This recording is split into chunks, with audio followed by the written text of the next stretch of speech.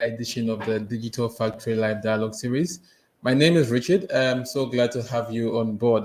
Hope you're all keeping safe and staying alive. I mean, it's the height of the pandemic, but I believe that we are all trying our possible best to stay well and stay healthy. It's almost Christmas. We can see jingle bells playing all around the corner. Um, we hope you're doing everything positive to stay good, stay healthy, and enjoy the Christmas chicken and rice as we enjoy the festive season. Thank you for joining us. This is Digital Factory, brought to you by Digital Times Africa. Just a brief about Digital Times Africa. We talk about the business of innovation and digital technology for Africa. We're trying to help strengthen productive and more collaborative digital ecosystem in Africa. And today we'll be talking about creative entrepreneurship, and we'll look into revaluing what creative entrepreneurship means or what the creative art industry looks like and its potential for helping the economic development of Africa, right? In a short while, I'll be right back, and then I'll go over a few comments, a few advertisements, just to let us know what's happening around the technology space, and then we'll get into that conversation. Be on a short break, we'll be right back.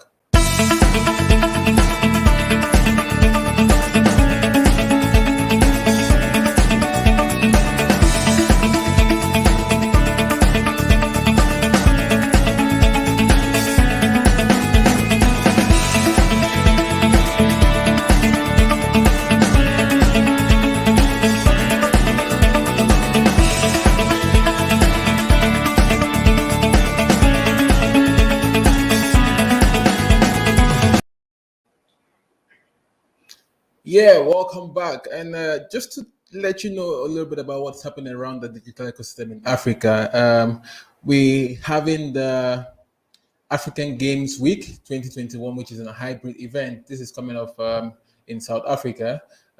Feel free to join in. It's happening between the 8th to 10th of December. Like I said, the Christmas spirit is already up. Some enjoyment, some jollification coming up there, right? And currently, would be happening this month between the 22nd and 26th is the Ghana Digital Innovation Week.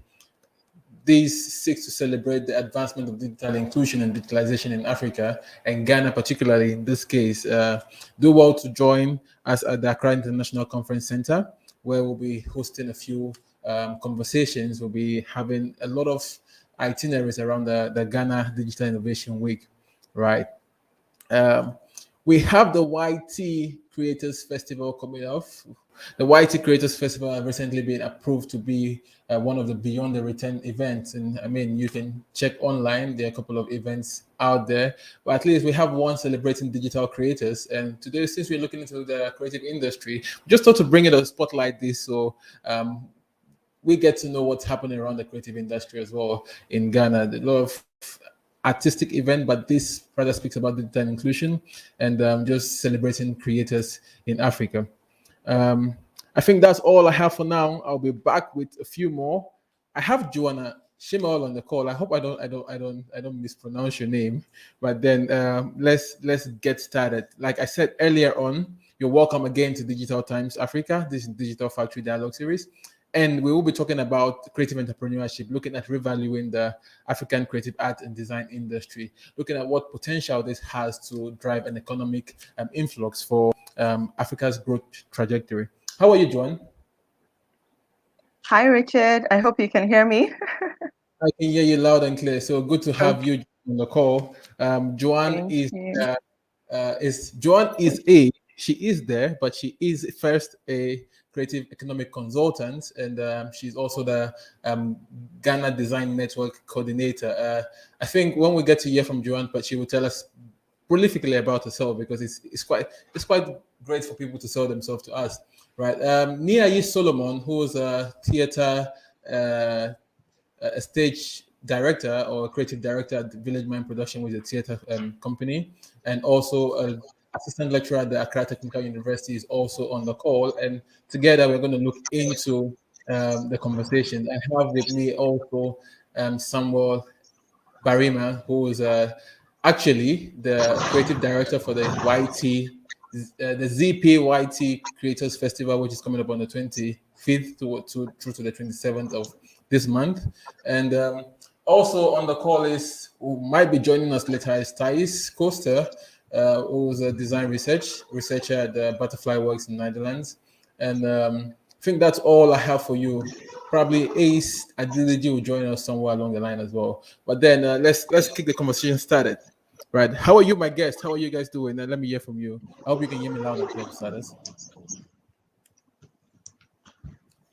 Hi, Nick. Yeah, Can you we're hear doing. me? Yeah, I can hear you. I can hear you. Can you hear Oh, me? perfect. I can hear you loud and clear. All right. I think I see Thais Costa on the call as well. Hi, Thais. How are you?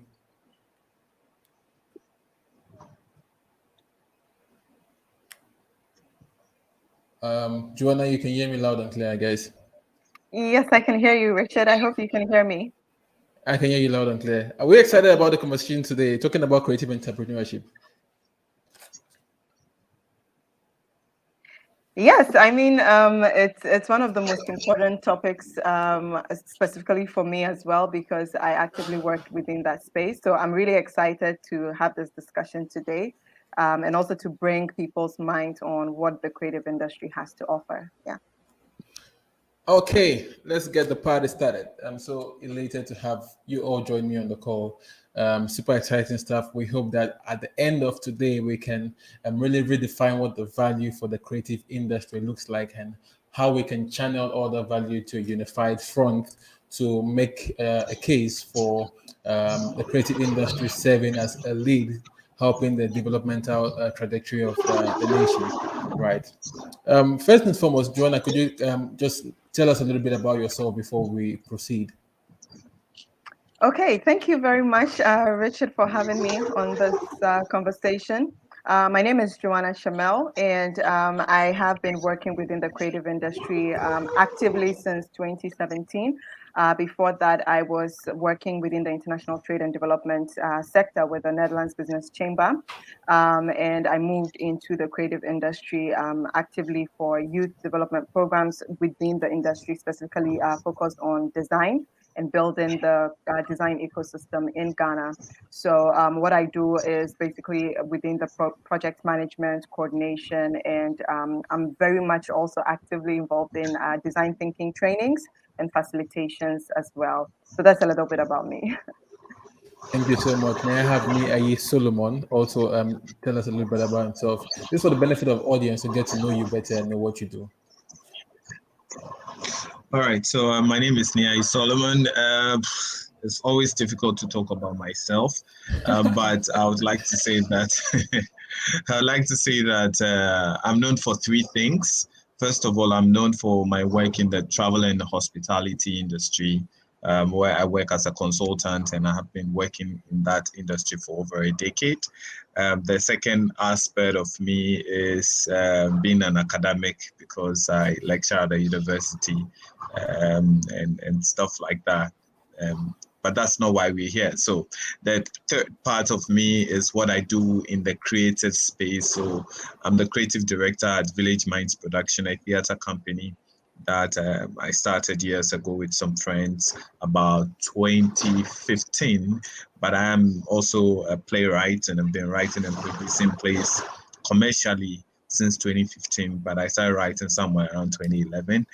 We have done quite a lot within the creative space since 2015. We've been having shows back to back to back.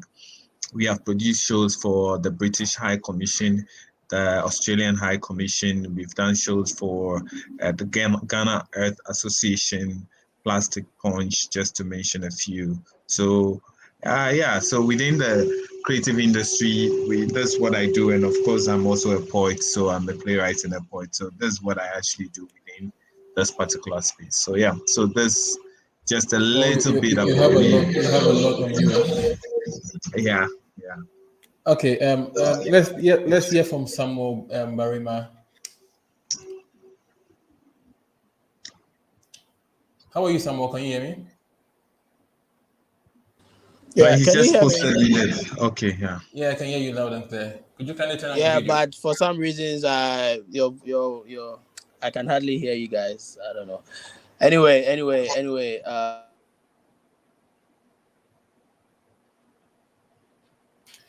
All right. Whilst we try to get Samuel to connect with us, we'll move ahead. Right. I think I'd like to begin with the most Thank you difficult so question. much. I'm very, very Okay, I can hear you now.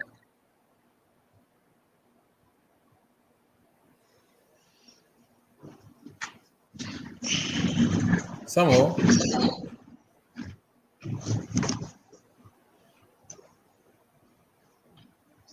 Okay, I will just continue. Please, I think we're having a bit of a connectivity problems here. Mind you, this show is virtual, and our guests are joining us all from remote locations. We are live on Facebook, YouTube, and Twitter.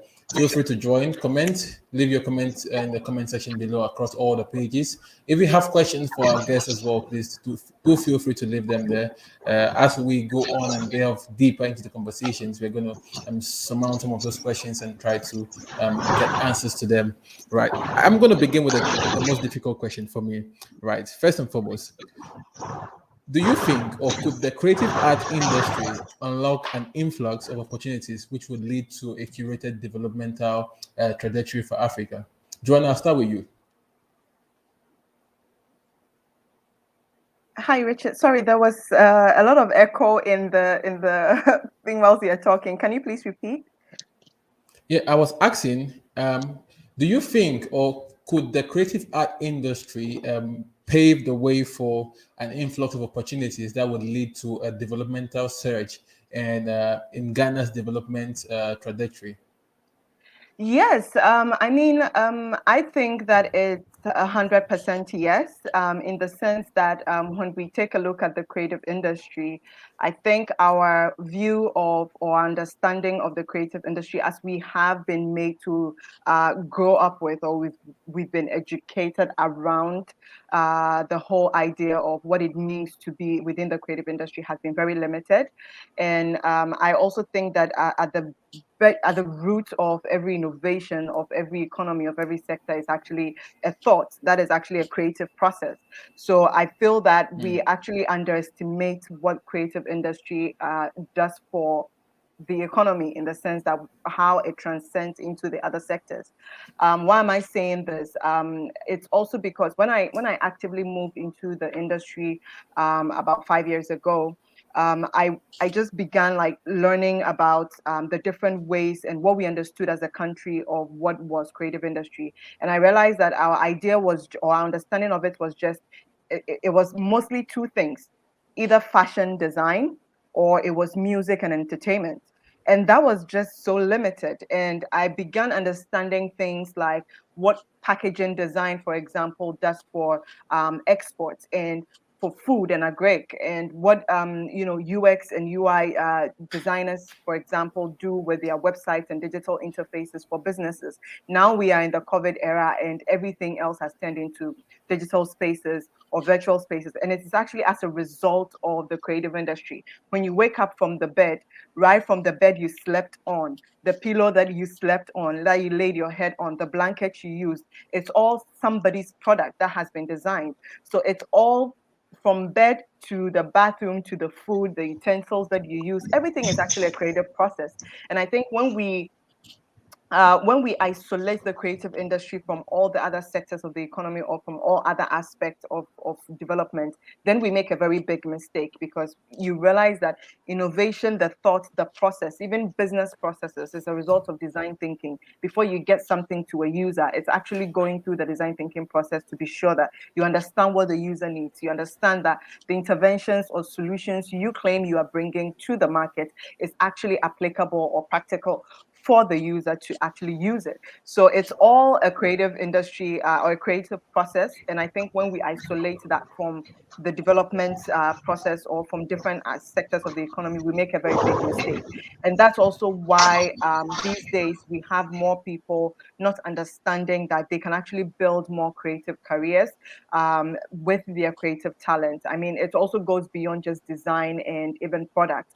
There's also the intangible things like the song that we create. So the music that we consume, it's all intangible. The writings of people, it's all intangible, So we have to now unlearn our ideas of the creative industry and relearn what it actually means in context of, okay, this is the scope, this is how it actually transcends beyond just its own industry. I feel that it's one of the few industries that actually finds itself in all other sectors: food and agri, water and sanitation, education, health, you name it. Yeah.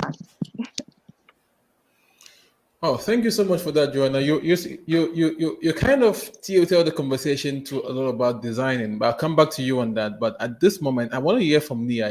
When we talk about the creative industry, right? What exactly is the creative industry? What does it encompass, right? What are the facets of creativity that we can look into?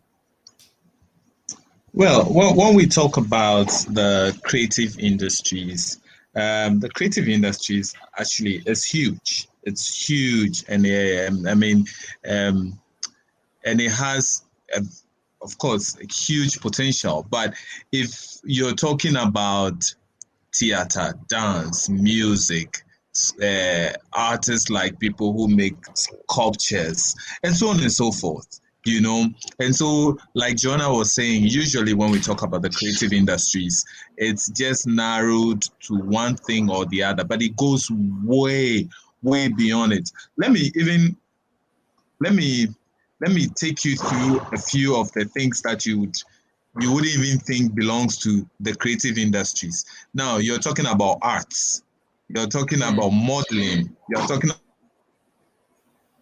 architecture, fashion, you're talking about the performing arts, making of toys, advertising, software design, crafts making, all parts of the creative industries. You're talking about gaming, people coming out with games for people to play, the PlayStations and all of that. They are creative industries, television, radio. So it is really huge. It is so huge, and the industry itself has its own origination. UK. And for the UK government, for example, it constitutes so much for them, you know. And UK has the largest creative sector in the world.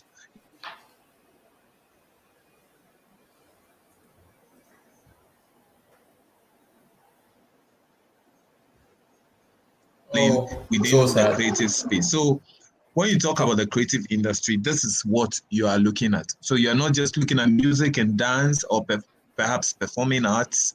It transcends beyond all these borders because there's quite a lot within that particular space. Yeah.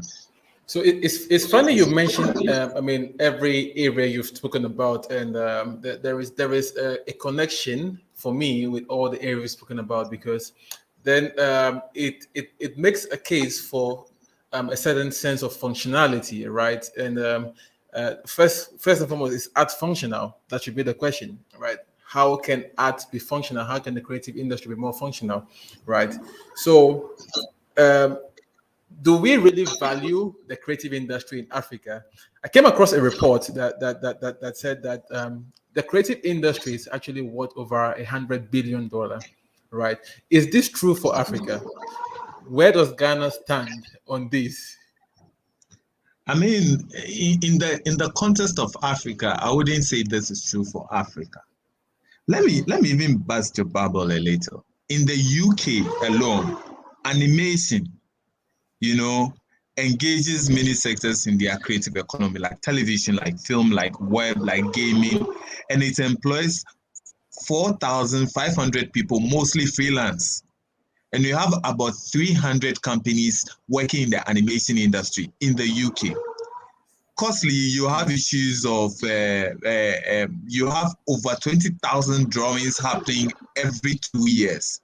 20,000 drawings, and this features must cost about $60 million with high returns on big productions. Only 5% of the animation in the UK is native.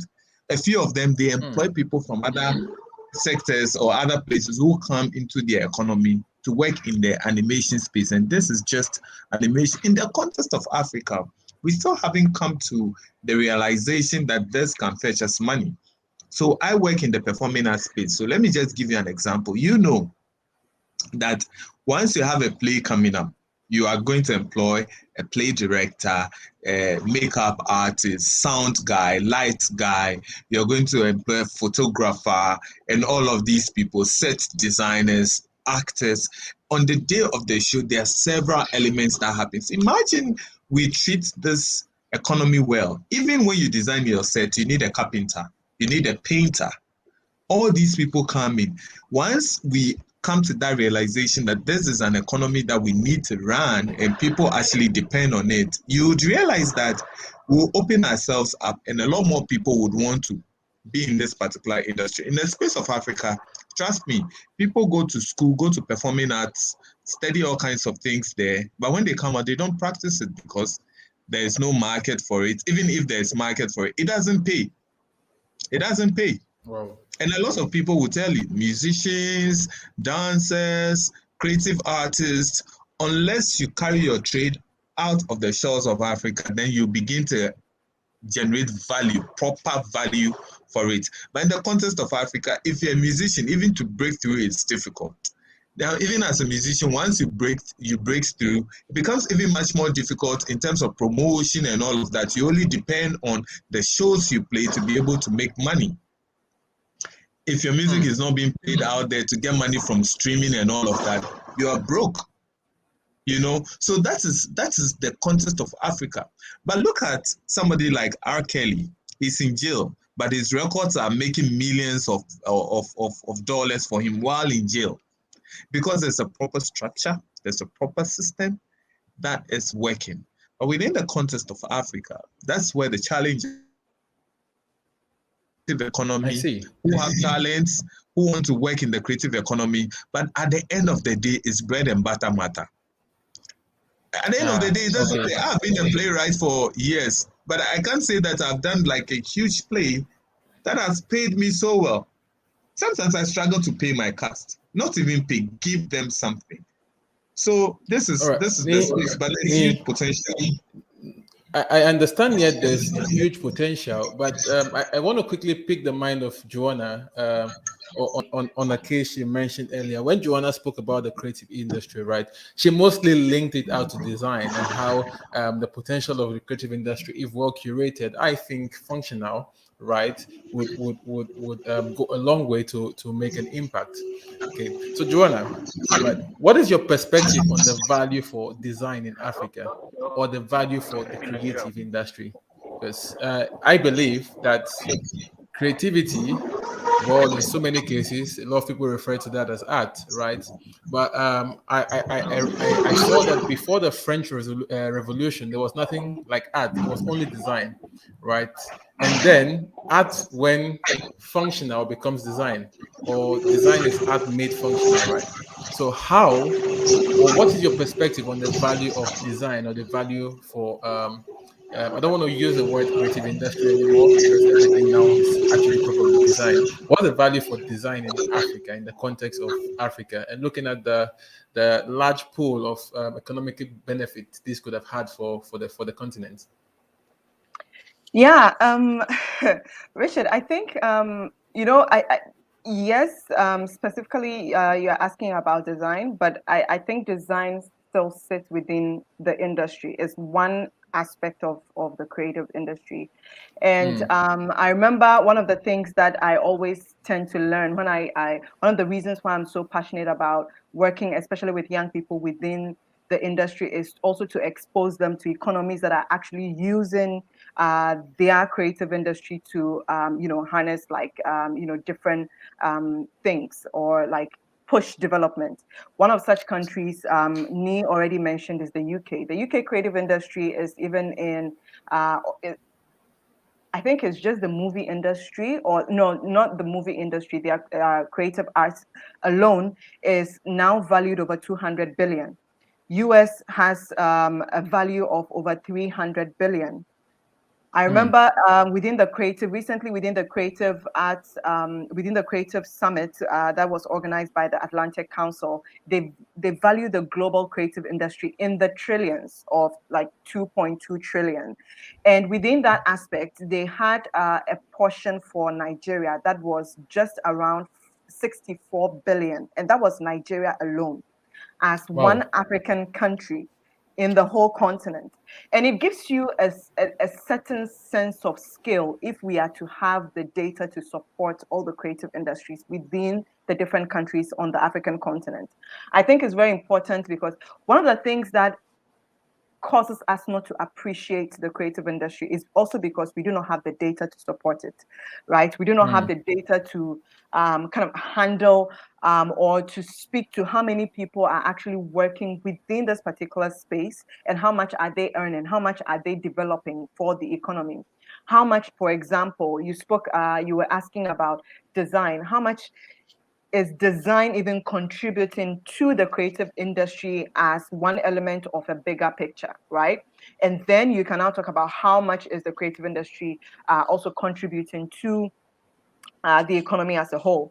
And when we talk of design, design is just one aspect of it. Within the design field itself, there's also different fields of design, different disciplines, right? We have those who are into fashion design. Fashion design in Ghana alone has so much huge potential, but as it stands now, we still do not have concrete data to back our claims. But we do see the Ghanaian fashion brands going all over the place on the international platforms. We still have within the same design element, product design. We have the UX, UI design. We have the packaging design. What packaging design does for our export alone is amazing. That is what differentiates someone, a regular customer, picking one product over the other. When you go to Albert Heijn, for example, in the Netherlands, I am always able to identify the Ghanaian products because of, you see the made in Ghana, you see there's something on the logo or there's something on the packaging that tells you this is coming from Ghana. And it's always beautiful. When you see our chocolates anywhere, it's part of the packaging, it's part of the brand. Within design, you also have the brand design. You also have areas like the spatial design, where we are talking about architecture, we are talking about interior design, we are talking about public spaces. All of these are just fragment of one big picture, and we still don't even have the data to back it, right, within our spaces. And that's also why I feel that the value is not there yet. I feel that the risk is coming up because people within the space are making a case for it, but we are not able to actively make a case that you can build a career and within 2-3 years, this is the trajectory of a creative career, for example. So then we have people who are studying performance arts, not understanding that you can actually enter into a big time movie industry on the continent and be one of the highest paid movie makers or stage performers, because we have not made a case for what the trajectory is in a creative career in our parts. But that doesn't dispute the fact that the potential is there. It is there. Within the creative industry, Nee spoke a bit about the music, the arts. One of the things that I learned from the Netherlands is how they have segmented their creative industry. And they've done it in such a way that there is the creative business services, which actually speaks to, active business services. Like you're running a full-time business, you're using design thinking, you're using design as a strategic business tool, or as a strategic management tool. So businesses, top level managers are using it. They are empathizing with their whole process within the value chain. People are considering, okay, where do we need the UX, UI designer to come in? And let me even give this example. I went to Haptel, one of the digital One payment of the platforms platform in that we Ghana. have, in Ghana. And they are probably one of the very few companies I have visited in Ghana that have a full-blown design department. And they are valued in the millions of dollars, if not billions, I think. Alex is, I don't know his worth now, but he's so huge. Blue Skies, I visited the Blue Skies factory, and they have a design department that actually takes care of when the product comes from the farm, right from the farm to getting to the user, how design plays a role in keeping it fresh, communicating the freshness of the product, and ensuring that it stays fresh even in storage and in packaging, in processing. When we talk about valuing the creative industry, it's like comparing it with our culture, right? I feel like Africans, we value our culture very, very much, but we don't know how to kind of like harness the dynamism aspect, how culture is so dynamic, in the sense that over time things way to blend our culture with the new things and the new trends that are coming up so that our culture doesn't die out. In ensuring that culture remains relevant, even though it's dynamic, it's how creative industry is to be able to bring along our talent in its raw form and making sure that we are applying all the processing, all the value addition to it. Then we are getting somewhere within our times. Then we are able to say we are adding value to something that we already treasure, something that we already have, something that we already own, right? But when we are not able to even access or tap into that value addition process, then we lose out, and then we are unable to value it in the sense or in the times that we live. So we have now Ghana and Cote d'Ivoire producing one of the two of the major giants in cocoa, for example. But just because of value addition, because we can't bring additional stuff, processing, new ideas, new packaging, new design, new innovations just to cocoa, we are losing out on a huge billion-dollar industry where we are the leading producers and we don't even have a say on the market, so to speak. And that is what also transcends into the creative industry. If we are unable to tap into the dynamism of the creative industry and bring along all the changes, the different facets, whether it is music and art, whether it is design, whether it's entertainment, whether it is the business side of creativity, if we are not able to bring all of that together, then we lose out on the value and we are not able to really appreciate it for our own selves. Yeah. Yeah, that the last part really got me. If we don't bring all the dynamism together, just as much as we appreciate our culture, we lose out on it. It's quite interesting, and why I asked the question the way I asked it is because when people think about the creative industry in Africa, there is this sense that the creative industry is all about art, or the creative industry is all about music. But it's very good to note that you stated the value chain of the creative industry, and you also made certain example around the Netherlands, for instance, where they have the creative business service and they have the other business services and the creative arts, and everything just triples down. But one of the things that you kept on talking about and what some of the connections I saw was that there is a synergy, right, between all these sectors. So whether it's the creative business services, and for instance, the UK, if you're going to do a movie, right, there's an animator like Nia you spoke about included. There is a motion graphic, everything. So it triples down now on the cast. I mean, everything, everyone stands to benefit something. I have with me the senior representative for Africa of Mental Music in the person of Ayo Adedeji, who is here, right? And Sami Entamoti as well, who's Samuel Barima, who's the CEO and chief blogger, they call him, Entamoti Media, the creative director. I just want to really pick Adedeji's mind now. Talking about music and the power of creative art, is there a synergy between the performing, right, and every other part of music, right? Because I see mental music is supporting the ZPYT Music Creators Festival. Why is that? Okay, good evening, everyone. My name is I Adedeji. can Usual do hardly not hear you. disturb thing Sorry, never. Oh, Charlie, never work. can you hear me, please? Can you hear me, please? Yeah, I can hear you Yes, now. and Bekasano, then some. Hello. Please, are you in a public space? There are quite some Yeah. interruptions on your where you are. Okay. Okay. Let me get a place more quiet. How So about whilst that, you try please? to get a different space, I'll just quickly double back with Nia Okay. Solomon, Okay. right? I'm Nia, you here spoke a now. lot more about performing arts and I mean all the facets, right? I mean you all speak so much consistently about the value chain, right? How can we create some sort of a synergy, right, where there is a benefit, everyone stands to benefit, and we can make a case for the potential that the creative industry really has to change the dynamics of the African development trajectory. Well, I mean, it's very simple. It's because we've had this problem because we've had people who have supported certain aspects of the creative industry, neglecting the other aspects. Um, for example, if a young girl who is a designer, a fashion designer, seeks to put together a very wonderful show, maybe a fashion show that's going to have designers coming from other parts of the continent, she's going to struggle. She won't get donors, she won't get funds, she won't get people to support her, you know.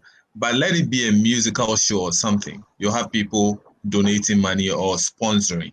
So it is because we've had certain focus, certain part of the creative space or the creative industry hasn't got the needed attention, you know, and so it becomes very difficult when people want to develop within that particular space.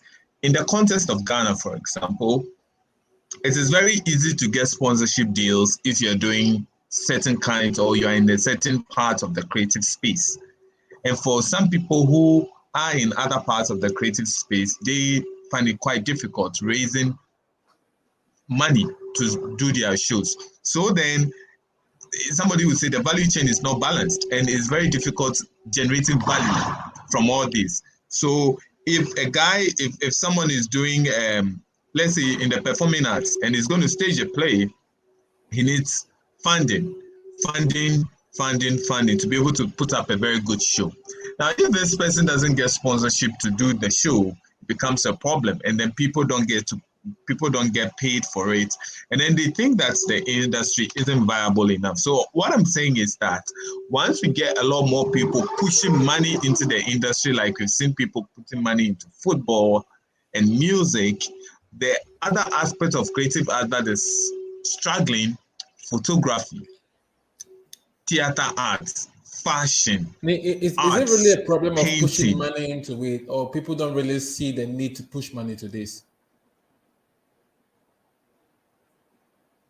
Because I mean, you have to make a case before you can be valued, right? And that's what we're talking about. How can we redefine the value of the creative industry in Africa, in Ghana, right? So we can have such thriving investment coming.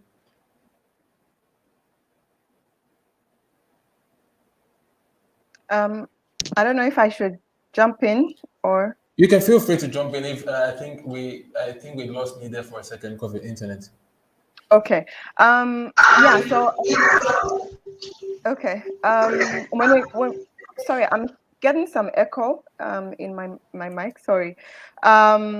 So I think that in terms of how we can value the industry, it comes in two ways, right? I narrow it down to. I mean, this is not an exhaustive thing, but I just narrow it down to the intrinsic way, and then the external, like intrinsic valuation or internal valuation, and then the external valuation of it. When I talk about the intrinsic value, it starts from those who are creatives, those who are within the industry. One thing that we don't know how to do is how to sell our own selves as creatives.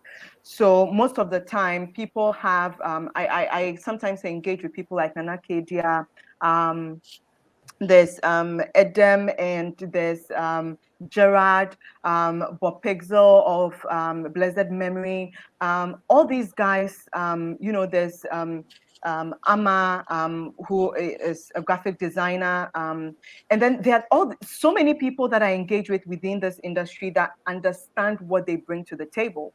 There are those who know how to drive the narrative around the creative industry. Let me say this. The first time I traveled out of Ghana to Europe, when you have the mindset of greener pastures outside of African continent, you have this mentality that there's no poverty in Europe. And then I land in the Netherlands, and then I'm walking down some train station, and then there's this guy following me, asking me for money. And I remember I just said to You're myself, kidding me. and I remember I just said to myself, wait, there's people here who don't have money. Like, that was literally the first thing that came to my mind. And then I was sitting with a couple of friends on this riverbank sometime. And then I remember seeing, wait, are those not mosquitoes? And then oh, yeah, those are mosquitoes. And I was like, wait, but there are mosquitoes here as well. And they're like, oh, yeah, but they don't give malaria. And I was like, oh, wow. Wow. Why am I saying this? It's because of a narrative that has either been told or not been told. Because Europe doesn't communicate their poverty. They don't communicate their sicknesses, or they don't communicate the fact that there's mosquitoes in Europe. But Africa is on the news globally to the tiniest corner. You hear Africa, the first two things you are attaching to Africa, or you are aligning to us is poverty, children working in tattered clothes, or mosquitoes and malaria, or it's because we have allowed certain narratives to thrive. And even the fact that we have such narratives going on is because of the creative industry. Europe has used their creative industry to drive a certain narrative of their countries, of their continent. America has done the same. China is in the news for all sorts of things, but nobody can dispute the fact that when it comes to production scale, you can't beat them.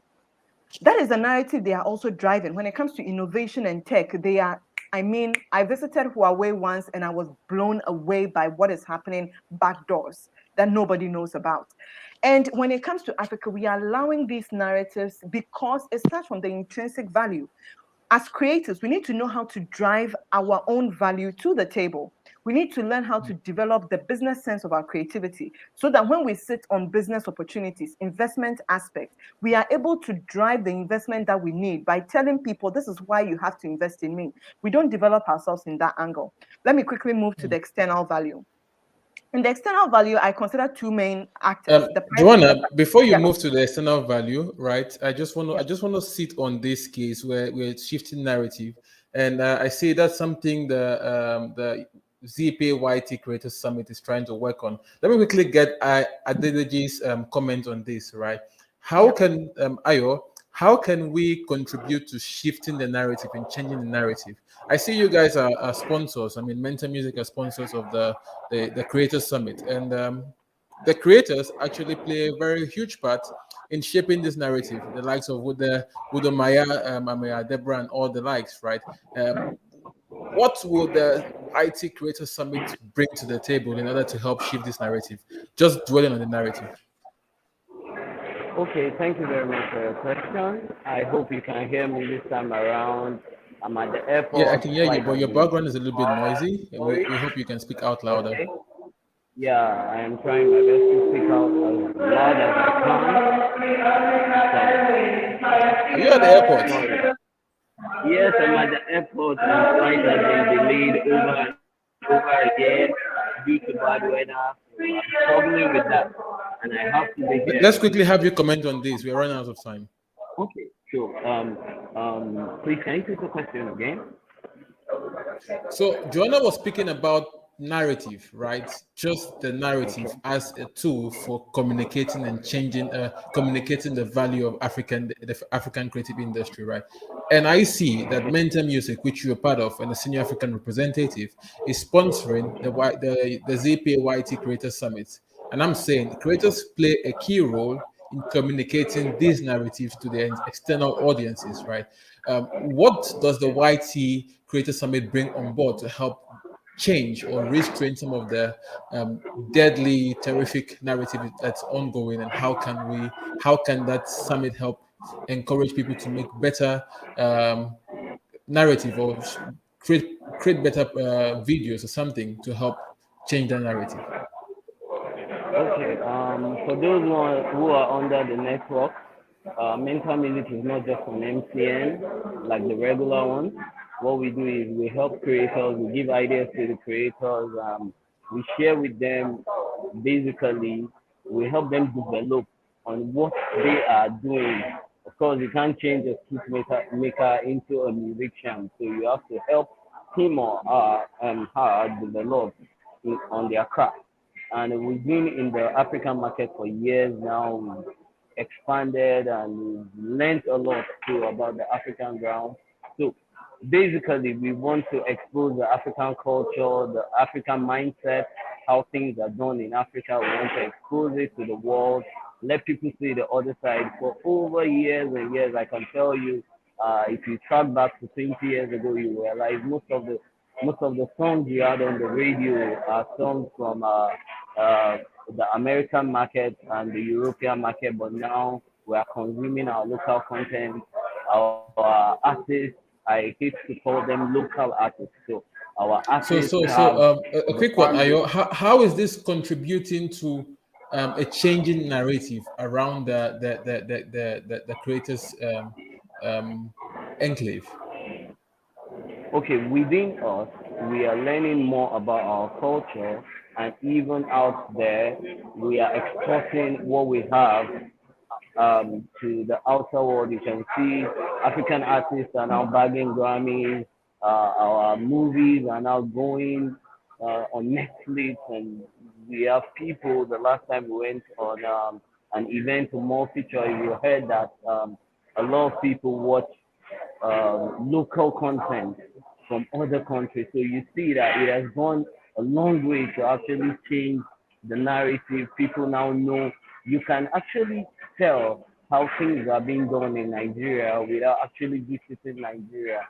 So when you get to Lagos, probably because of a movie or a song you've heard about Lagos, you know one or two things on how it goes around in Lagos. So I believe, not I think, I believe that the whole narrative is uniting Africa in one way or the other, and we're familiarizing ourselves with our culture and our traditions, even within amongst ourselves.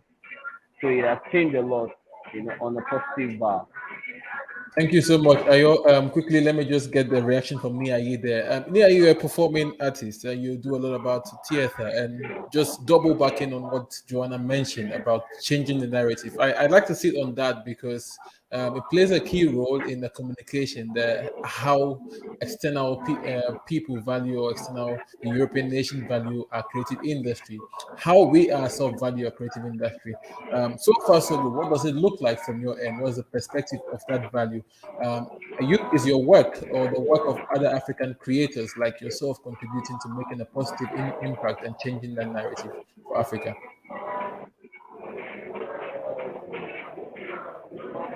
Can you hear me, Niayi?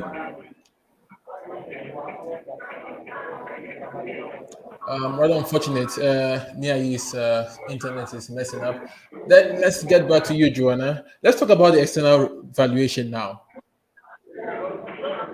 Yes, I would talk about the external valuation, and like I said, the sorry, I'm still getting a bit of echo. Yeah.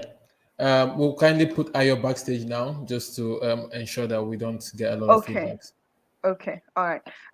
Yeah, so like I said, with the internal value is how we see ourselves as creatives on the continent and how we project that narrative and building our value, building the business sense around it so that we can communicate it better in different sectors. When I talk about the external value and valuing our creative industry externally, I like to narrow it down again to two main players, the private sector and the public sector. When I'm talking about the private sector, I believe we understand in terms of industries, private businesses, and people who are actively invested in the different spheres of the economy. And then the public sector, I would kind of like label it as government, right? And when we are able to have value within the external sense of the creative industry, it also lies within how private sector is able to utilize our services.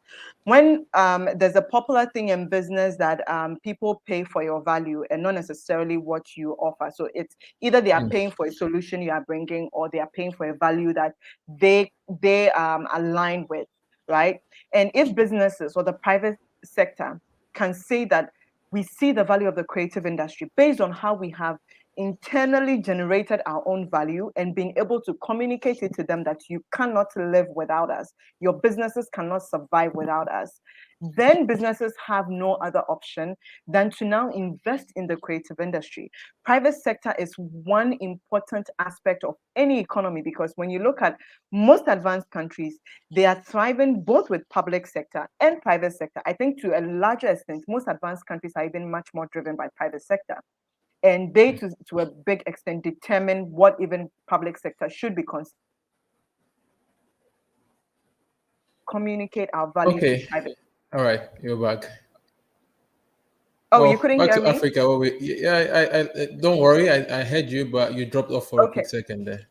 Oh, okay. Yeah. So when we are talking about private sector, it's also about how we are able to communicate our values such that they are able to invest in that value that they see. So when we talk about those in agribusiness, for example, they can say that, okay, I need a designer. What for? The designer has communicated to me as an agribusiness entrepreneur that without me as a packaging designer, your product will not sell on the shelf or in the market. Is that true? They go to the market and they see a very well packaged, what do you call it, palm nut soup, right? And then they have their own in a regular, something, right? And people are going for unkulenu because of how it has been packaged. It is neat, it is branded well, and then yours is sitting on the shelf, and everybody's going right, and yours is on the left because of packaging design. You want to sell to, let's say, AFTAC is now, the African Continental Free Trade is in play. You want to sell to Nigeria.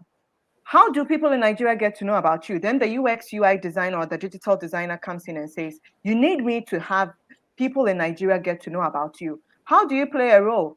I work with UX UI people to create an interface that enables people in Nigeria, people in South Africa to access your product digitally. Is that true? Can I go to Nigeria? Can my market survive in Nigeria without a digital presence? Then you test it and you see the value of a designer or of a digital designer.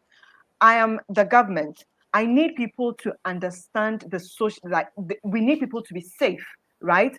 In creating spaces that are safe for children, safe for people to just walk around, have that peace of mind. What do you need to do? Engage spatial designers.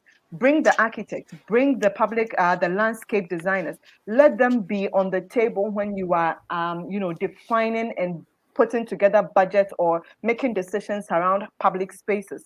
Let them do the work. That's an element of creative industry. People are working, they are burnt out. Where are the recreational facilities?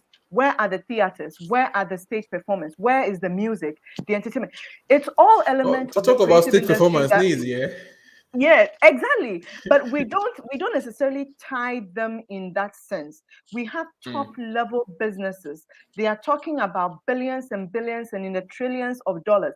Apple is, I think now Microsoft is the highest valued product company now in the world, I guess. And it's all a matter of a product that has been designed. Apple is as a result of a brand in the mind of people, which is an element of design, and also a product that has been designed. Literally, everybody just wants an Apple phone or a MacBook or some Apple product. It's an element of product design. So we don't have to isolate the creative industry from what it does for the other sectors. You are talking about rings. People want diamond rings, they want gold watches, how do you transform that? That is a process of product design. Product designers are able to bring the mineral, that natural resource, the timber, then they transform it into elements of interior design elements like tables, like chairs, like beds. And we isolate it so much that we don't even see how necessary it is in all these different sectors of the economy. We have healthcare. Look at our health facilities. Last time I was in the Pantine Psychiatric Hospital, and I was like, oh my goodness, like you should see the facility. And then you walk into, I just walk like You, I you live know, very you close talk to so university. passionately about all the ecosystems and how No, we can it's make because changes. exactly, because over time we have isolated it so much that we don't see how interdependent it is to all the other sectors of the economy. Our economy cannot thrive without the creative industry. I walked to the University of Ghana Healthcare, and just by being in that space with the trees, with this architecture of the hospital, how the the woman and child place has been well designed to have safe birth and safe deliveries. Just being in the space, I wasn't even necessarily sick, but I just felt at extra peace, just by virtue of elements of design that have come to play. And music playing, how it relaxes us. Public space, recreational centers, even within current people during the COVID era, it showed how much people were so overworked. We are looking at working from home and people now redefining what it means to be in a working space. factories now redefining what it means to really produce.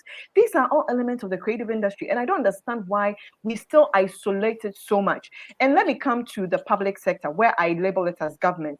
Government is Okay, responsible for providing the right environment that enables private sector, external influences, intellectual property, just safeguarding the environment and the interest of the people who are within the industry. So government plays an active role when it comes to how people value the creative industry, because then I you are see. now able to educate people, tell people the creative industry is a place you can actually build a career in, and you effect changes in our educational system that speaks to the creative education. And by that, you see that children are able to build careers over time, and they are able to see trajectory, potential in their own creative abilities, because then they also see that there's a policy from government that protects their creative work. There's a policy from John, government within intellectual property that safeguards. John, I get the passion where you speak from because you're a creative economy consultant, and I mean you coordinate some of the. I'm just trying to bridge that gap between the inclusion, and I paused you there because yes, we see these problems, but then how can we get this inclusion right? Let me speak to Samuel Barima Intamoti, who is the creative director for the Creators Summit.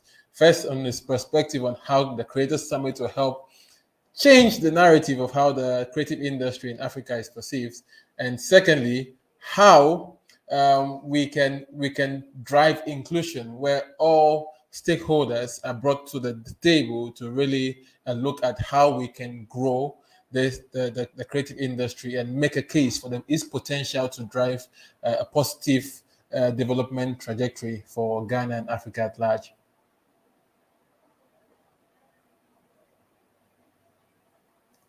Someone, for some reason, I can't hear you. Your mic is muted. Rather, could you kindly unmute yourself and speak? Hi, Richard. Thank you so much. I believe everyone can hear me. Can everyone hear me, please? Yeah, loud and clear. Welcome. Thank you, thank you. My apologies for I my internet was actually We giving me a hectic understand. time, but I've We have these challenges almost all the time. yes, I have solved that problem. Amazing presentation and perspectives from your guests. I was following initially from the beginning. I think they are making huge sense. They are actually touching on very critical aspects of our creative industry here in Africa, and I think all stakeholders have to be on board. Mental Music was here, who was being represented by Ace, who's a very good friend of mine. They are actually part of our international partners on the YT Creative Festival that we are putting together. And for me, Yeah. I decided to partner them. I don't know if Ace was able to have the chance to talk, Yeah, but we spoke to Ace. I will give a summary about Ace, what Ace wonderful, spoke about wonderful. earlier. So they are actually supporting the African creative industry when it comes to the digital creativity. Those that are creating content digitally. They've helped the likes of the Mark Angel and a whole lot of people to actually push content online and to make a lot of revenue on the contents that they are making. And so big shout outs to them. This is the right step. These are some of the things that we should do here. We should be able to partner with some of these international platforms, because I'm telling you, some of them they have seen the potential that we have here. Okay, because a lot of time when we are talking about creative art, what people usually say that, okay, so when it comes to the table, the big ants, we are talking about governments, policymakers and all of that, they tend to view this industry as something that is not that too huge. They feel, oh, it is just one of those things. But as you guys have rightly said, I don't even want to go back to the statistics because you guys have done all that. When we take a very good look at it critically, and when we are able to focus on the creative industry, then it is going to solve a lot of youth unemployment that we are having in Africa here. The lady was talking and she was making mention of data. I think that was one of the reasons why we are not able to pinpoint, or we are not able to say that this is what is happening. This is how many number of people are being employed, because of lack of data.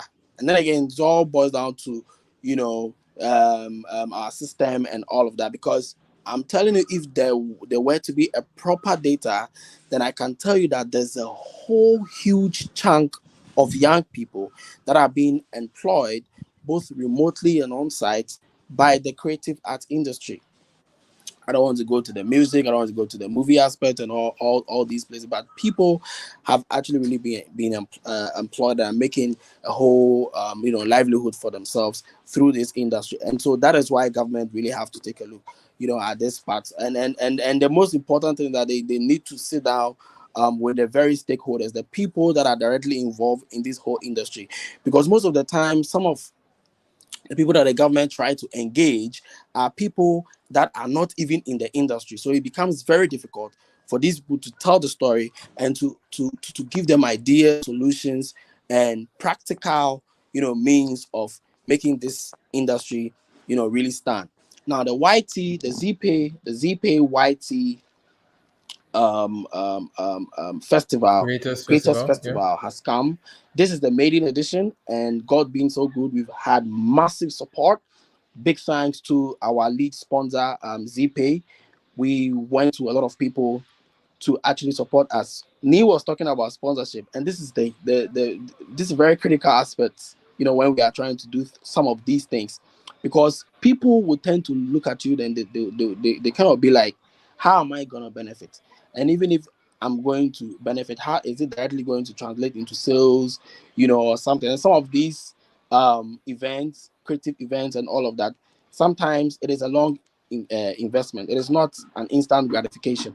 So most of the time, some of these stakeholders, as far as sponsorship is concerned, try to look at the short-term gain. And so when they realize that they are not able to get it, then they are not going to throw any money around or whatnot. So that's what I'm saying, that a very, very, I'm actually thanking our lead sponsor, ZPay, because they listen to the idea. They listen to us. We sat down with them.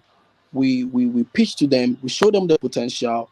We show them the importance of this. We let them understand why digital content creativity is very crucial at this age and time. And they were able to identify this, and they realize that this is something that really also resonates with what they are trying to achieve. So it was just a done deal. So what we are going to do is that we are bringing So all you creators you were saying together. in this case that unless the public sector or the private sector see how it's directly beneficial to them, they would invest or they won't invest, right? I'm looking at a longer span, like just creating that value for to drive more investment, right? How would the Creators Summit encourage new creators to make a positive case for the value of creativity, right? And then that would then drive an influx in opportunities to see more investment into the space. Yes, that's very important. Thank you for the question.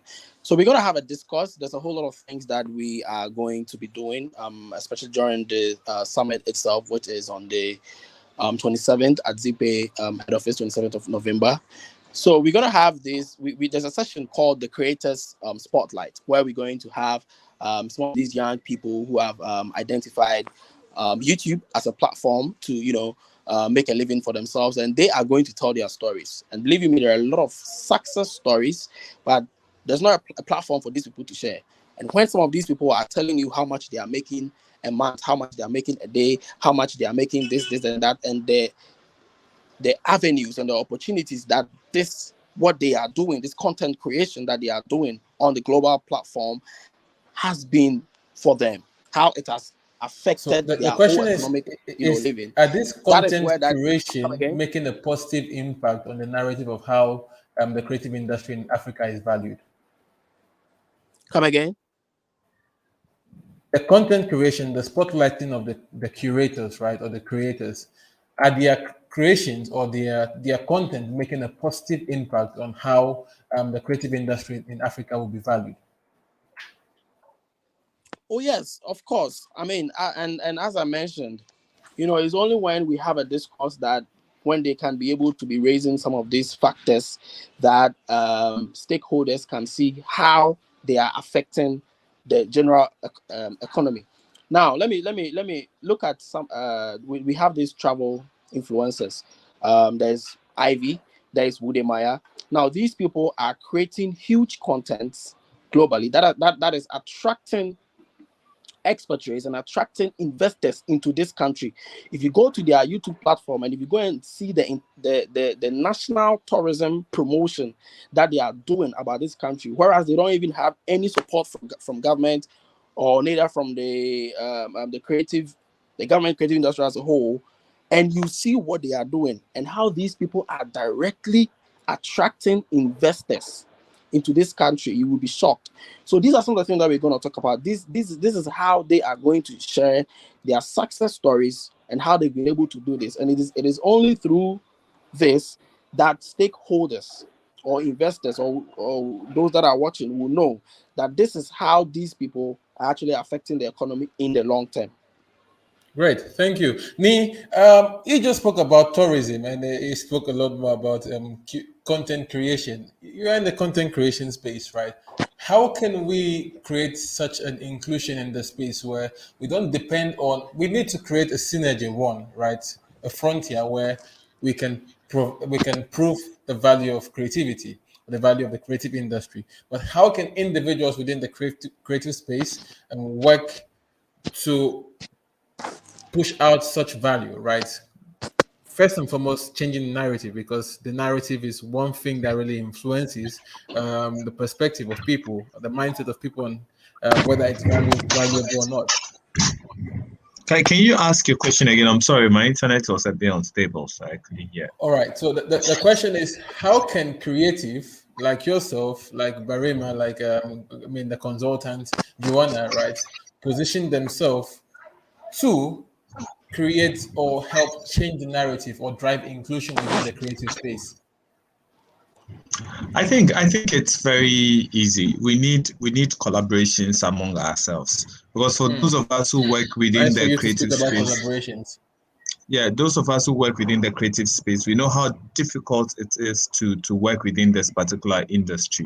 And one of the ways we can really survive and create value for ourselves is by holding our hands to be able to do this together, to drive this together. And so once you see that one person in a certain aspect of the creative industry is doing something noteworthy, it's we all have to support that person. The clicking, the sharing, the reposting, and the sharing of the person's work alone speaks volume.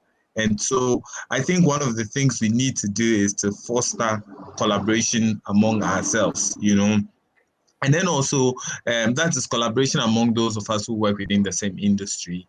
And then we must also have external collaborations with other people in other areas as well, to be able to help us deliver value for ourselves. Because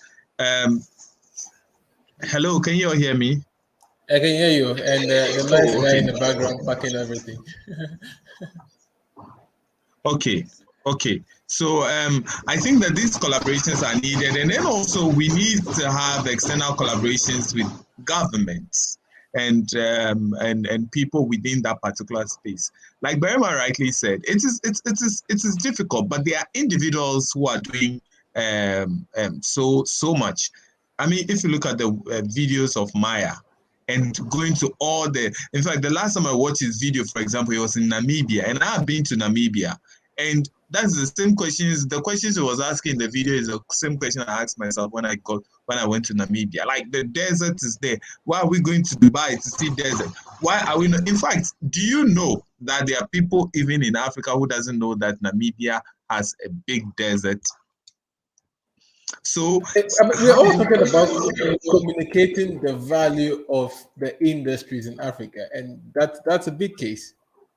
Yes, it's so huge. But how do you communicate such values if there aren't a lot of collaboration? For a YouTuber to travel to Namibia to take care of himself, food, accommodation, everything, and just video the place and talk, it is not that simple.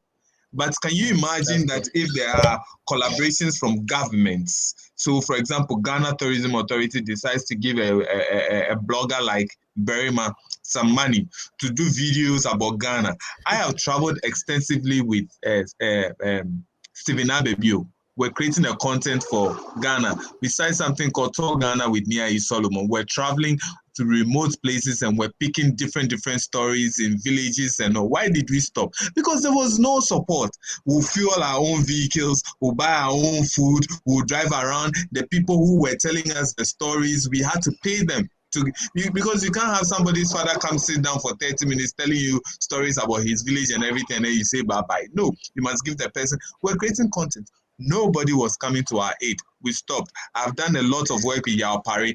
Yao travels all around. When I travel and I see something that he doesn't know, I'll tell him, Charlie, Yao, I went to this place and there's this thing here. He'll go there and go and film. Who is paying him? Nobody. So it is difficult, but because we haven't had proper internal and external collaborations, and that makes it quite very difficult and sticky for everybody within this industry. Trust me, there is a lot of money within the creative economy in Africa. There's so much. And trust that me, has been proven. yeah, I was in Beijing and I met this Ghanaian guy. Why wouldn't he come home? He won't come home because he rather prefer to stay in Mongolia. Mongolia shares a border with Beijing. He goes to Mongolia, he films all kinds of, and when you see the kind of work he is doing, it's mind-blowing. Why isn't he coming to Ghana? Because he has value in China. And he's making more money living in Beijing rather than coming down to Accra where nobody is going to value his talent. In fact, when he puts together a piece and decides to do it for somebody, they'll tell him that, Charlie, I can't pay you for this. They'll give you what they want. And if that's what you're doing to feed yourself and your family, how do you survive? So that is it. There's a lot of value we can generate from here. But I think that we haven't had proper partnerships. And for me, I survived in the game over the years because of friends within the creative space who helped me. So I have a show coming up. I speak to this friend and then says, oh, okay, give me the. I spoke to a blogger recently, a blogger that I know. I don't want to mention. He's a big blogger. His wife is Okay, also my friend. let's not go Hold on, there. hold on. We He told see me, we obviously see just this a moment, thing. just a moment. He told me to send him 500 Ghana cedis before you post my poster on his Facebook page. 500 Ghana. But I don't blame him because the system itself is not working. Everybody is surviving on something small. You understand? But if the system was working, that guy didn't have to ask me for anything. He's just going to do it because there is that level of collaboration and that sort of synergy between all of us so we can all hold our hands. But he forgets that when he's having events, I get to post his things for free because I also have followers and I also have very huge followers. But you see, once each one of us have our own followers and we all can support each other one after the other. And in Europe and in America, you see that. You see an American actor who is having a new movie coming up, and you see another actor posting the creative and talking about it because they support each other. But here, the system isn't like that. So there aren't a lot of collaborations among ourselves. And that's one of the things that's, and the pull me down syndrome in Africa is one of the things that is killing us. Because you see one person going, and then the next thing you're doing is pulling the person down. Yesterday, I listened to an interview on CTFM with Jackie, and then they were asking, and she said one of the things that annoys her is trying to compare her with other songstresses or other young vocal artists who are coming up and saying who is good. And before you know, people like Berima and Co will take it and then they'll start writing about it. And then before you Talking know, about narrative. yeah, and then before you know, one person's spirit is dampened and doesn't get to that space again. We need to help each other. We need to pull ourselves up. That's showbiz. That's showbiz. That's showbiz. Well, that's I Anyways, understand. I that's a good understand, place but to call it a day. We've actually overshot our time. Regularly, Digital Factory runs for an hour, but because of the exciting panel we brought on board, and we are going to look into the value of creativity and rethinking the essence of the creative industry and how it actually weaves into the other industries and how this can actually create sustainable development for Africa. It's why we've done a possible best to have this extended. To all our guests who have joined us, we're really grateful to have had you. Thank you so much for sharing insightful knowledge. These are valuable content. I think for us to be able to grow, we have to grow together. We can't do it in isolation. I think Joanna mentioned that. Berima has also mentioned that we have to come up with initiative that helps each other grow. Right. We have a few comments in the comment section. I'd like to pick some things from our audience, and then I'll read something very not funny, very logical, but also it was succinctly put, right? A comment from another creative within the creative community in Ghana. All right, I'll read that, and then we can call it a day. Let's see a few comments from our audience. What are you saying? Nia Solomon, thanks for throwing light on the various creative industries. That's great. Well, we saw the entire value chain. That's from Wole Nansika. Who else has shared something with us? Let's see. Uh, Very insightful, guys. Isaac Opoku, well done, guys. Thank you very much, Isaac. Um, Nice Bonnie, I'm really enjoying the discourse. Joanna is sharing very insightful information. Please, I mean, we always can always go to these people, honorable guests, to talk to them, connect with them on social media, probably share their links with you via our platform so that we can engage them better and see how we can create or foster a more unified ecosystem of creators or creative in industry people. Eugene Ofori says, I'm really enjoying this. Well done, guys. Well, thank you very much, Eugene. Blessed Oklu, I'm loving this. Thank you for that. Amadasin says we should be building our own Afrocentric platform, not relying on Western platform. Whoa, yes, we are building our own Afrocentric platform. And something fascinating I saw, just to share this with you, is there's this platform called Disha for creators, and it was built by Nigerians. And Flutter, the digital payment platform in Nigeria, bought over Disha, right? This is Nigerian investing into Nigeria. Maybe we can also have such narrative going around across all African continents where we see creatives falling, people who have a higher standing can actually invest into them and help us all grow together. Right now, Disha is standing because Flutter saw the need for the creative industry to actually move ahead, and they are now making money for creators, which is a good initiative. Right? Yes, Amma, cool. We should be building our own platform. And who else? Collaboration. We need a mindset shift to embrace this fully. That's true, but we hope to get there as soon as possible. It's all about the culture, the mindset of openness, and just staying away from the pulling down syndrome. Hopefully, we'll get there soon. What else are other people saying before I get to my guests and we can wrap up the show?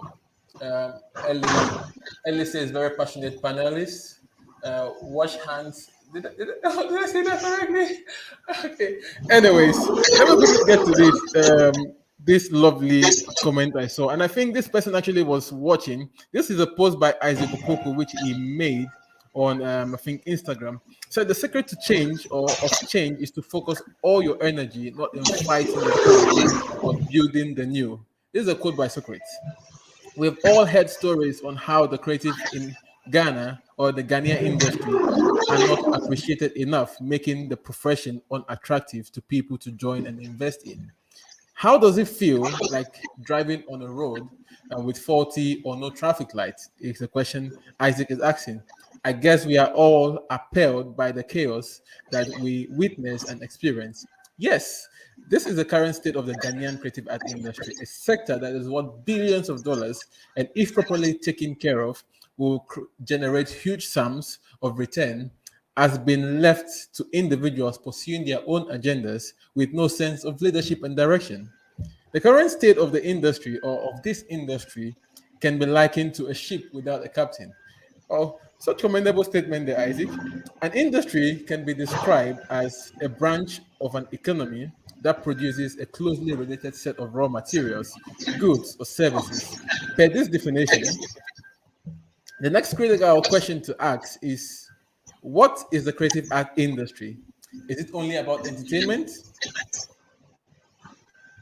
movies, poetry, music, dance, and the likes? Much focus has been paid to this part of the creative sector at the expense of the likes of architecture, graphics, and media, right? And these are some of the comments Niayi echoed earlier, right, as well as Joanna.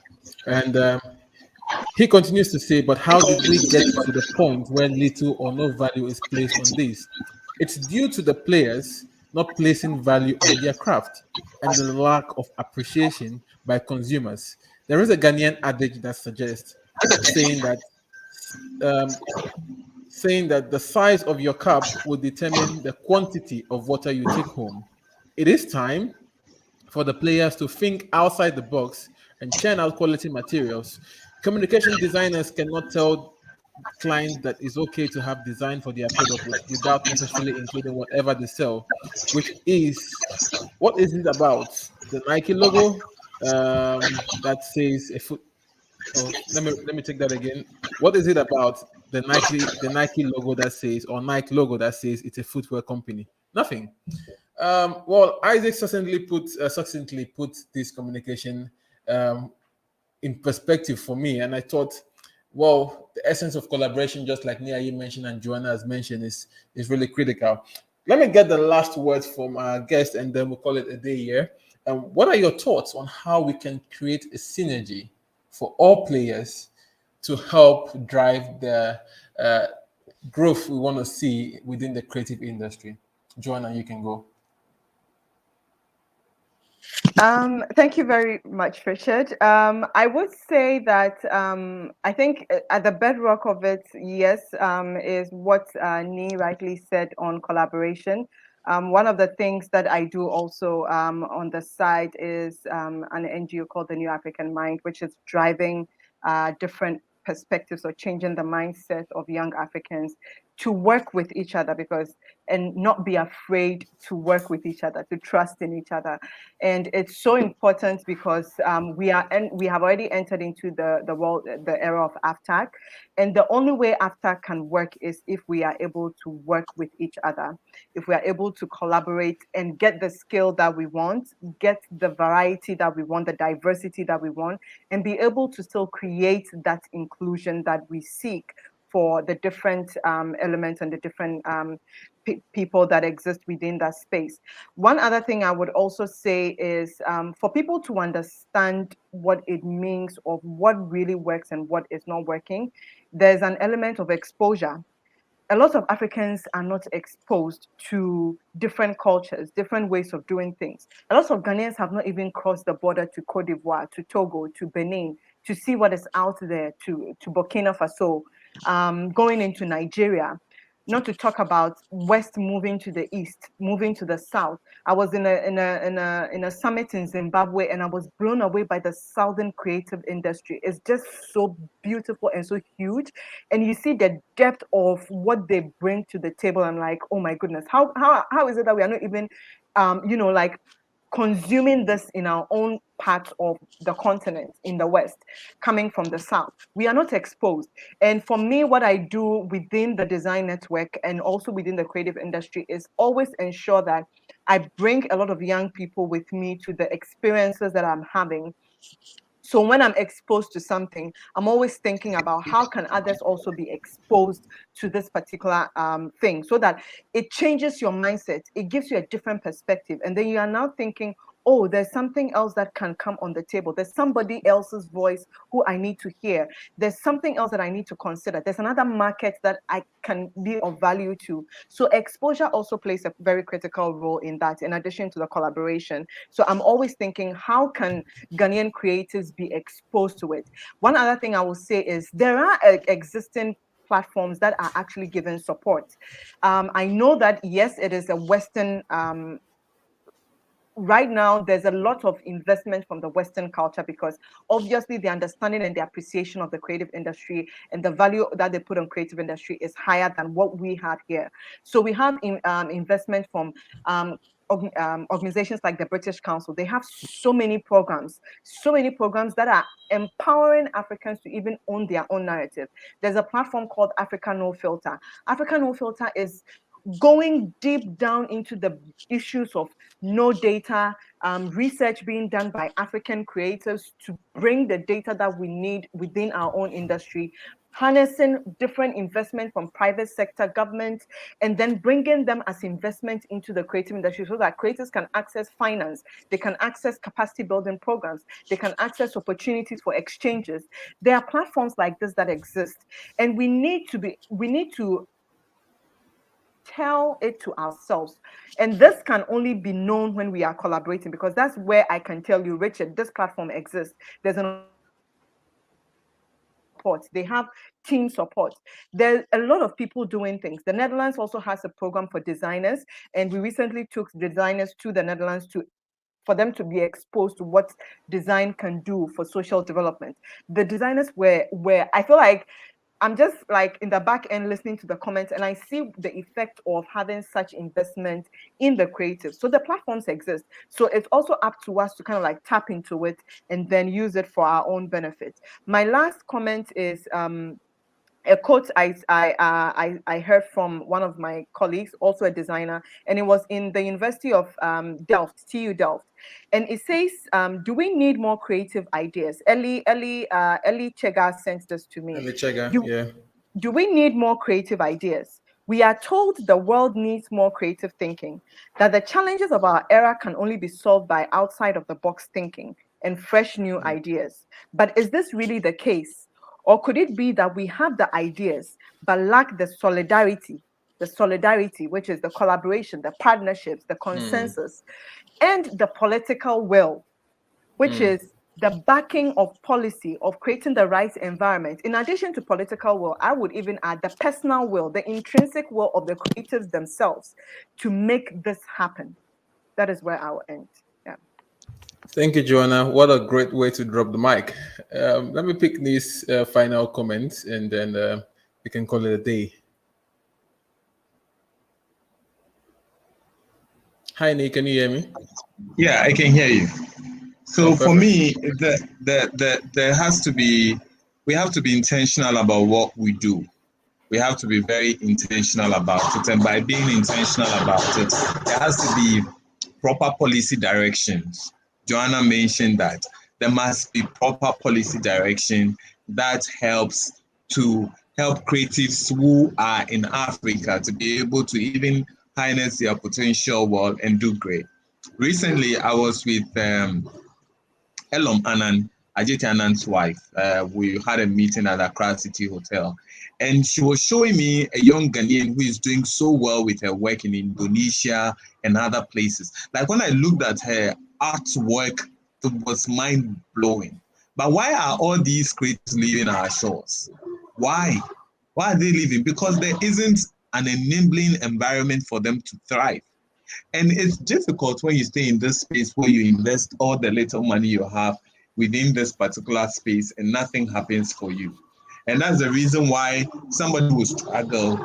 The person goes out of the country and is doing great out there and is making a lot of money.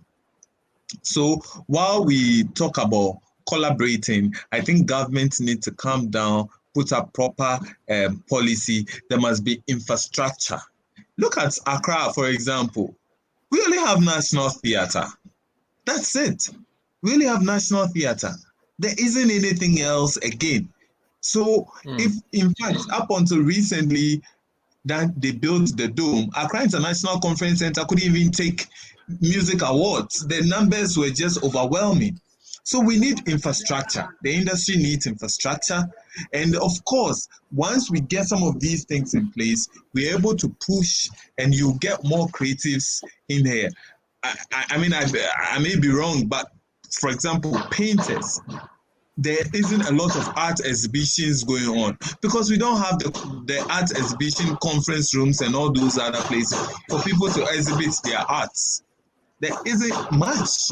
And so if somebody is an artist, the person may decide to leave the shores of Ghana, because in other places with an artist's vision, people are bidding for your work and you are making a lot of money when you exhibit your work. So for me, I think some of these things has to be out there, and we need to be very intentional about it. We must have a proper policy direction to this. We must enforce that we have lots of collaborations taking place, because if you go to other jurisdictions, these things are happening. I have traveled quite, not All a right, lot, Nee. but Sorry, I have to cut you short there because our time is fast spent. We're supposed to end well, exactly let me now wrap at up by saying 4:30 that, p.m. yeah, let me just wrap up by saying that for all those who are also watching, and I have a new play coming up. It's called The Prisoners. The play is showing from the 2nd to the 4th of December at the Amphitheatre of the Alliance Française, 7 p.m. each night. And I'm inviting everyone to come and see this amazing play. The play is showing from the 2nd to the 4th. You can get tickets at the front desk of Alliance Française, or you can just dial the star 447 star 1072 hash to buy your ticket online. So this is a play that is coming up. You really must see this play, So Okay, thank you Nee. very much. Thank you so much for your comment. And yeah, the play is up there for those who want to watch. I was actually going to talk about the play, but thank you for doing that for me. Okay, Thank anyways, you talk all about it, to please. Go ahead. Thank you all Please to go our ahead. cherished listeners for joining us. We're live on Facebook, YouTube, and Twitter. Thank you for your commendable comments. We really appreciate it. We at Digital Times Africa just sit down every time, every moment to look into how we can leverage on conversation as a raw material to drive change in the perspective around the Africa digital ecosystem and create foster or strengthen the digital ecosystem for Africa. This was brought to you by Digital Times Africa. My name is Richard Joseph. Digital Factory will return again on the 9th of December, right? And the topic or the theme will be communicated to you via social media platform or our website. Visit www.digitaltimesafrica for all the latest Afrocentric insight around the business of technology, innovation, and entrepreneurship in Africa. My name is Richard. At this point, I'm going to say bye-bye. Thank you so much for joining us. It was really insightful. And thank you to all my guests for sharing such amazing insights. Look out on a thank you post or the poster we share about our guests. You probably will get access to following them or communicating with them moving forward on a social media platform to be able to share ideas and see how we can leverage on conversations from here to drive an exponential change in the narrative of the creative art industry and design in Ghana and Africa at large. Thank you. My name was Richard Joseph. My name is Richard Joseph. Bye-bye.